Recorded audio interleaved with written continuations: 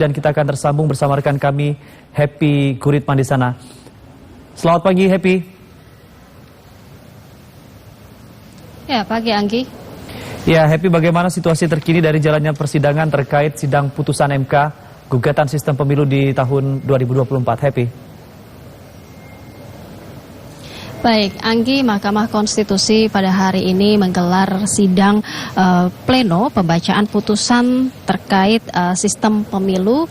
Memang bukan hanya sidang putusan pembacaan putusan terkait gugatan sistem pemilu, tetapi ada beberapa putusan perkara lain yang juga dibacakan oleh Hakim Mahkamah Konstitusi pada pagi hari ini. Sidang sendiri tadi sudah dimulai, jadwalnya 9.30, tetapi tadi baru dimulai sekitar 9:40-an menit dan diawali oleh pembacaan putusan perkara lainnya dan belum sampai pada pembacaan putusan untuk perkara gugatan sistem pemilu yang nomor perkaranya ini tercatat di nomor 114.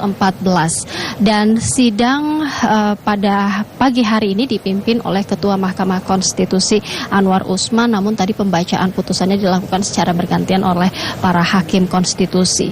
Untuk jadwal sidang putusan yang harinya dijadwalkan pada hari ini sebenarnya jadwalnya sudah diinformasikan oleh Mahkamah Konstitusi beberapa hari lalu ke seluruh pihak terkait, baik itu pihak pemohon, kemudian juga terkait ke pemerintah, ke DPR, ke KPU, dan pihak terkait lainnya.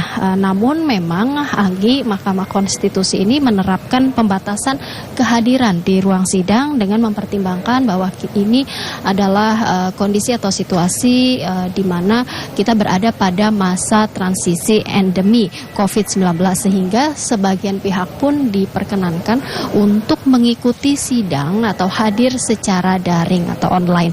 Tadi beberapa yang kami lihat ada dari pemohon tentunya terkait untuk gugatan sistem pemilu ini, dari pemohon hadir di ruang sidang bersama para kuasa hukumnya. Kemudian juga dari pihak DPR, tadi kami lihat ada anggota Komisi 3 DPR RI Arteria Dahlan juga hadir ke gedung Mahkamah Konstitusi untuk mengikuti putusan yang akan dibacakan oleh para hakim konstitusi hari ini. Untuk KPU, informasi yang kami terima memang belum terlihat hari ini, dan informasinya KPU menghadiri atau mengikuti pembacaan putusan ini secara daring atau online.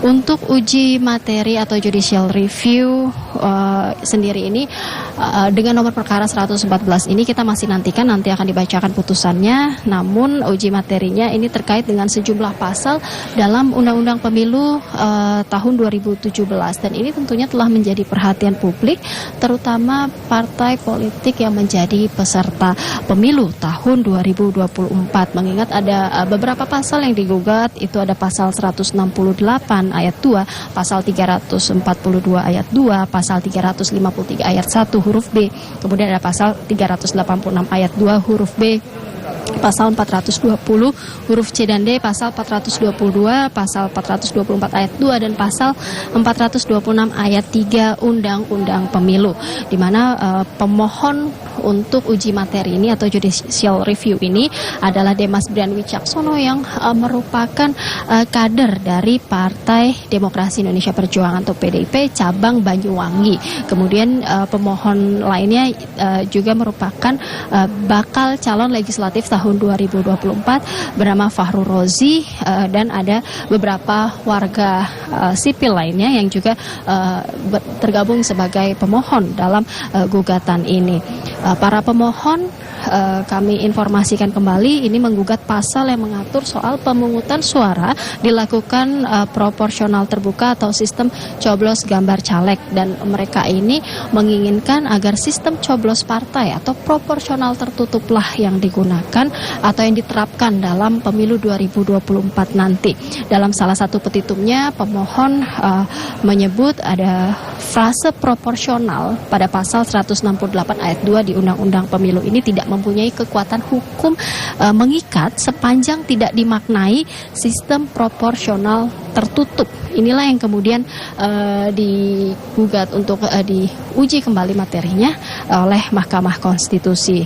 Nah, ini kemudian menimbulkan kontra sebab Indonesia telah menerapkan sistem pemilu proporsional terbuka sejak pemilu tahun 2004 dan proses sidang judicial review ini kalau kita lihat, Anggi, perjalanannya cukup panjang. Ini diawali dari sidang pertama pada 23 November tahun lalu 2022 dan sidang terakhir kemarin digelar pada 23 Mei lalu, kemudian dilakukan rapat musyawarah oleh para hakim untuk membuat suatu keputusan yang akan dibacakan pada hari ini. Dan artinya dalam perkara ini MK juga sudah menggelar 16 kali persidangan sejak pemeriksaan pendahuluan hingga akhirnya pemeriksaan persidangan. MK juga sudah mendengar keterangan dari pihak-pihak terkait, itu mulai dari DPR, kemudian dari Presiden, serta sejumlah pihak terkait lainnya, dan tentunya juga dari para ahli. Nah, ini menjadi perhatian publik juga putusan pada hari ini, karena ini akan menentukan sistem pemilu yang akan digunakan oleh Indonesia pada gelaran pemilu serentak 2024 nanti. Dan ini juga sekaligus menjadi uji publik, karena sebelumnya di tahun 2008 lalu gugatan serupa ini ternyata juga sudah pernah diajukan untuk uji materi di Mahkamah Konstitusi. Namun putusan MK pada tahun 2008 itu adalah menolak permohonan pemohon, sehingga pada pemilu tahun 2009 sistem pemilu yang digunakan ini adalah tetap menggunakan sistem proporsional terbuka. Ini yang kemudian dikatakan sebagai uji publik, apakah Mahkamah Konstitusi akan konsisten dengan keputusannya di tahun 2008 atau akan ada keputusan lain yang menjadi pertimbangan para hakim konstitusi sehingga mengubah sistem pemilu yang akan digunakan pada pemilu 2024. Kita masih akan sama-sama nantikan, Anggi, karena ini masih dalam antrian.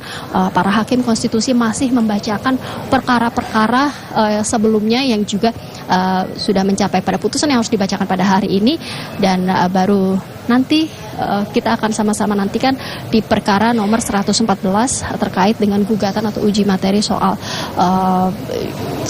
sistem pemilu proporsional terbuka dan tertutup ini. Apakah mana yang akan digunakan untuk sistem pemilu kita di 2024 nanti.